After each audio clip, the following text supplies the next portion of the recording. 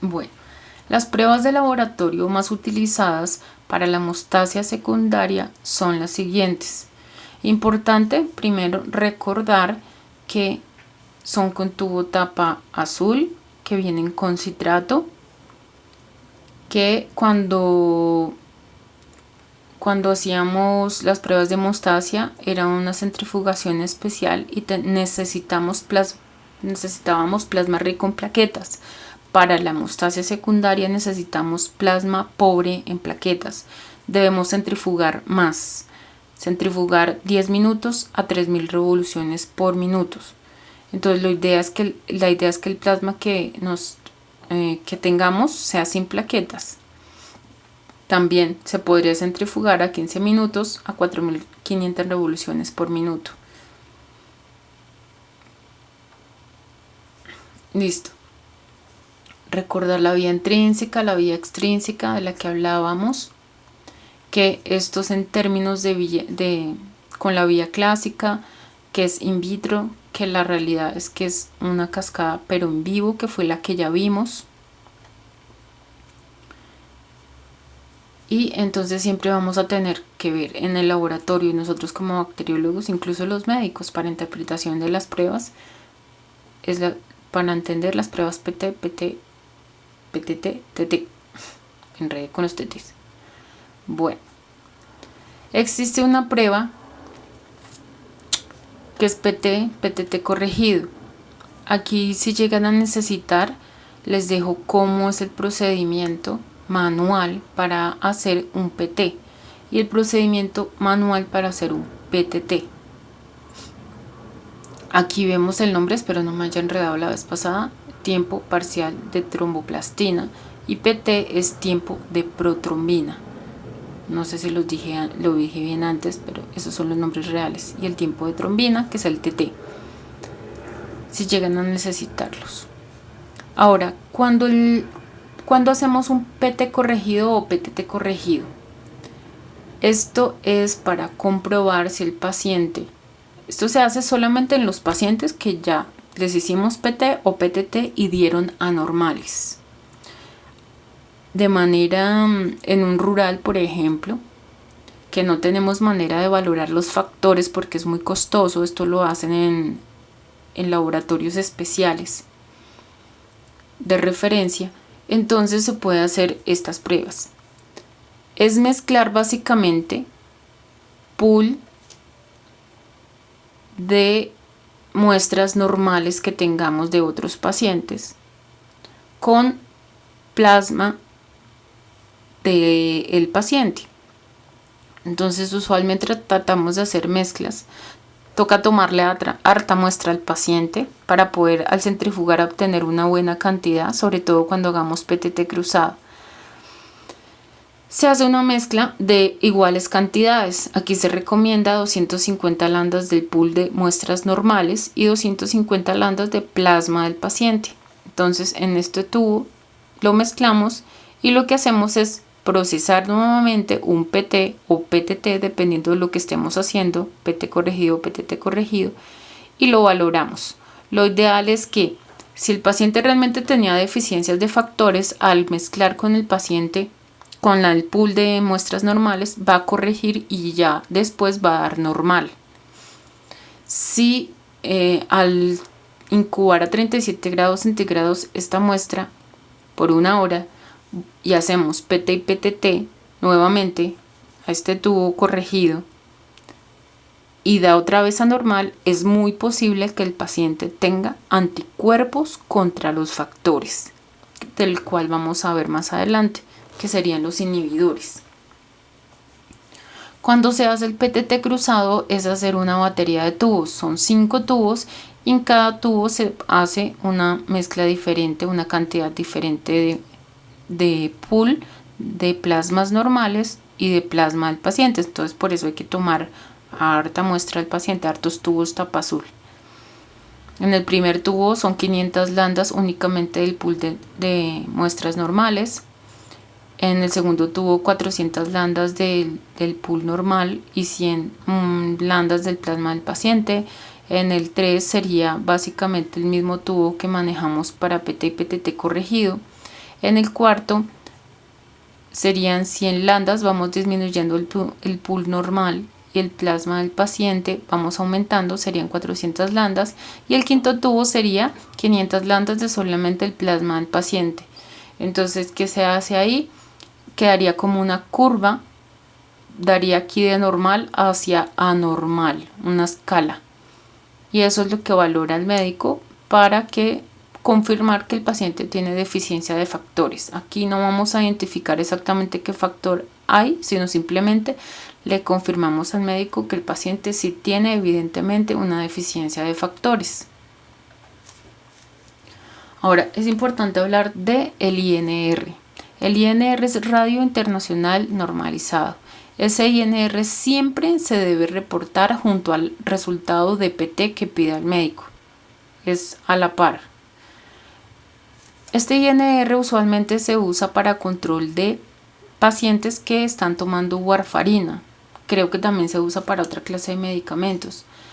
Pero la idea es que sean pacientes que ya tienen tendencia a formar coágulos, trombosis, tienen riesgo de trombosis. Entonces el médico con este INR lo que hace es lograr hacer el cálculo para mirar qué tanto medicamento le da al paciente o no para mantenerlo estable. Este INR es simplemente un cálculo, es PT del paciente sobre PT del control normal del día, todo a la ISI. ISI es un índice internacional de sensibilidad. Ese ISI varía dependiendo de la marca de los reactivos que se utilicen y del lote que estén utilizando del reactivo. Siempre hay que mirar en el inserto o en la caja del reactivo cuánto equivale ese ISI, porque dependiendo de ese ISI nos va a variar el resultado del INR. Siempre hay que modificarlo de manera manual en los equipos o estar pendiente para hacer el cálculo si estamos haciendo el reporte manual también. ¿Qué quiere? Entonces, en un paciente, si tiene un PT normal, un paciente normal, el INR nos daría un valor normal más o menos de 0,9 a 1,15. Ahora, si el paciente usualmente toma un medicamento anticoagulante, lo ideal es que se mantenga de 2 a 3. Si ese INR en esos pacientes que están medicados está menor de ese valor, es porque aún tiene riesgo de formar coágulos el paciente. Y si ese INR ya dan un valor muy alto, entonces es porque el médico se está excediendo el medicamento y el paciente ahora tiene riesgos de poder sufrir hemorragias por el medicamento. Entonces siempre hay que mantener un equilibrio. Recordemos que como el ISI depende tanto del reactivo que se utiliza en el laboratorio y del lote, entonces es importantísimo que los pacientes que tienen que mantener controlándose el medicamento siempre deben ir y solicitar, mandarse a hacer ese examen en el mismo laboratorio. O si no les va a estar variando los resultados, el médico se va a volver un 8. Aquí les tengo unos ejemplos de resultados reales de algunos pacientes. Aquí el médico quiso valorar la proteína S, dio 65 en este paciente, el valor de referencia es de 52 a 118, o sea, el paciente no tiene problemas de proteína S, está funcionando bien. Entonces eso no es lo que está ocasionando de pronto, están sospechando porque está formando coágulos el paciente. El PT, tiempo de protrombina, está en 13.2 segundos. Está normal, es de 11 a 17.5. Aquí es para mostrarles cómo es el ejemplo de cómo se reporta siempre el médico, el PT con el INR. Siempre vamos a reportar PT y el PTT junto con el control del día. Así tengamos valores de referencia, siempre se reporta el control normal del día. Entonces, pues lógicamente debemos tener presente que el control del día, por ejemplo, aquí dio 14.1, pues que es muy similar a un paciente normal que debe mantenerse en el rango normal y no debe ser algo pues exótico, no quiere decir que nos están dando malos controles. Y el INR al paciente le dio 0.99 porque pues es un paciente normal. Aquí están los valores de referencia del INR. El PTT en este paciente dio 32.2, los normales de 27 a 40 dio normal, y el control del día 33 también está bien el control del día. Recordamos que los resultados en segundos se reporta patológico cuando el tiempo es prolongado o mayor al valor normal de referencia, en caso de que lo que nos reporten sea en segundos. En este otro ejemplo, entonces el tiempo de protrombina en este paciente dio 27.9, el valor de referencia 11 a 17, dio prolongado, aquí está patológico. En este caso repitieron la prueba y le advierten al médico que el dato está confirmado. El control del día dio 14, o sea, el control está bien, y el INR de este paciente es 2.62. ¿Qué nos indica esto? A este paciente solo le mandaron PT, probablemente este paciente ya está tomando algún medicamento y es un control. Esta imagen, ¿para qué es? Para mostrarles que todo esto, PT, PTT, TT, proteína S, proteína C, fibrinógeno o factor 1, factor 5, 7, 9, 8, 2, 9, 10, 11, 12, 13, factor von Willebrand, la antitrombina 3, dímero D, inhibidores, PT corregido, cruzado. Todo esto de manera individual el médico puede solicitar. Todos estos son exámenes para prueba de hemostasia. El médico puede solicitarlos uno a uno si lo considera necesario. Igual hay que pues correlacionar, porque si digamos le dio el PT y el PTT normal, ¿para qué va a solicitar factores el médico? Si le dio el PT anormal, pues puede confirmar, solicitar por aparte el factor 7. Si tiene el PTT anormal, ya ahorita vamos a ver también más adelante qué factores pide entonces, los específicos de la intrínseca, que serían el 8, 9, 11, 12. Los factores siempre se reportan en porcentaje, aunque hay pruebas de PT y PTT que también se reportan en porcentaje. Hay que tener presente los valores de referencia. Usualmente los valores de referencia de factores son de 50 a 150%. Entonces tener presente que si el paciente tiene, digamos, los normales de 50 a 150 y nos dio 170, 180, nos dio mayor del porcentaje, el paciente está completamente normal, no hay de qué preocuparnos. El problema en este caso, para asumirlo como patológico, es cuando el porcentaje es menor al valor de referencia. Entonces es entre menos porcentaje tenga el paciente, más por probabilidades es que sufra hemorragias, en el caso de los factores.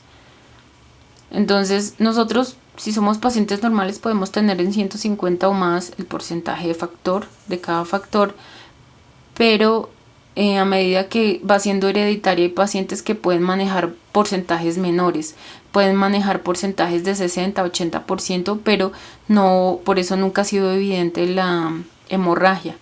Pero ya cuando manejan porcentajes de 50 o menos de 50 es cuando vemos como tal que sufren de hemorragias estos pacientes. Las técnicas que se utilizan principalmente como tal, lo recordamos más fácil que si es por coágulo, la coagulometría, así se llama la técnica. Se usan también técnicas cosmogénicas o inmunoquímicas que por medio de cambios en color o forma de turbidimetría ayuda a identificar que ya se formó el coágulo. Lo mismo pasa con la coagulometría. De manera manual, ¿qué hacemos? Coger un tubo, mezclar los reactivos y mirar contra luz la formación del coágulo. ¿Qué hacemos con el semiautomático? Son estos equipos pequeñitos que vemos al lado derecho. Estos equipitos nos ayudan a que no sea contraluz y con nuestra misma visión, porque si no tenemos experiencia, imagínense, los resultados son en segundos. Si no tenemos experiencia visual, no vamos a dar bien el resultado al médico. Estos equipitos nos ayudan a que mezclamos los reactivos de manera manual, pero el equipo nos ayuda a identificar el momento exacto en el que se produjo la coagulación.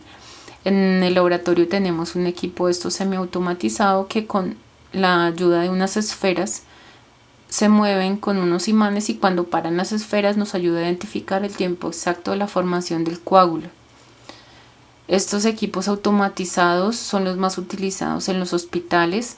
Se pueden programar por cada muestra, mirar y programarle qué tipo de examen hacerle. Por dentro se tienen los reactivos ya listos, programados en el equipo para que dependiendo de la prueba, él haga las mezclas y en un pozo él mismo hace la mezcla y da el resultado del paciente.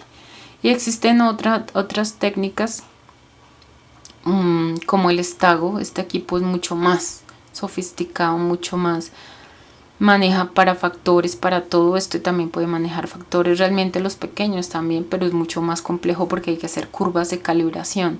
En cambio, si vemos para PT y PTT, simplemente tenemos que tener el control normal, realmente no hay que hacer calibraciones. En cambio, para factores y pruebas especiales sí. Este equipo mucho más robusto, tiene todo completamente automatizado, funciona con código de barras, ya sabe exactamente por los códigos de barras de los reactivos dónde está cada reactivo. Igual la muestra con la muestra del paciente por el código de barras ya sabe de manera automática qué exámenes tiene cada paciente y él mismo coge por el código de barras, hace los exámenes, mezcla, da el resultado y ya, y lo pasa al sistema. Este es un ejemplo de resultados, casos de la vida real, resultados de pacientes cuando le solicitan los factores. A este paciente le pidieron el factor 8 y el factor 9. Es decir, este paciente tuvo que haber tenido la prueba de PTTA normal y el médico le quiso solicitar entonces confirmación de la intrínseca. El factor 8, el factor 9. ¿Por qué solo estos dos factores y no el factor 11 y el 12? Porque el 11 y el 11 no produce casi hemorragia realmente. El 12 ya hablé que tiene tendencia a producir trombos. Y los que realmente más producen hemorragias en los pacientes son el factor deficiencia del factor 8 y deficiencia del factor 9. Aquí el paciente tiene 59% de factor 8, los normales de 50 a 150%. Recordemos que lo patológico es menor. Aquí el factor 9 está en 69 y lo normal 50 a 150. El paciente realmente está normal, pero vemos tendencia a que sí tiene muy bajito el factor 8 y puede entonces esporádicamente de pronto estar presentando hemorragias. No tan frecuente, pero sí tiene los factores disminuidos. Un paciente normal maneja casi que más de 100 los factores en porcentaje. Y aquí nuevamente recordar que el resultado en porcentaje es patológico cuando el tiempo es bajo o menor al valor normal de referencia. Otro ejemplo, factor de coagulación 11 o factor Ageman. El factor 12 se lo solicitaron también, por lo que veo, este es otro paciente. Le solicitaron factor 8, factor 9 y en este caso también el factor 12 se lo quisieron confirmar. El factor 8 está en 115, está normal. Factor 9 en 90, está normal. Aquí se dieron cuenta que el factor 12 está en 37%, está disminuido, recordemos en porcentaje, esto es lo patológico. Confirmaron el resultado, o sea, este paciente tiene deficiencia de factor 12. Este paciente debe tener tendencia un poquito a formación de trombos. Listo, dejamos aquí y para la siguiente grabación.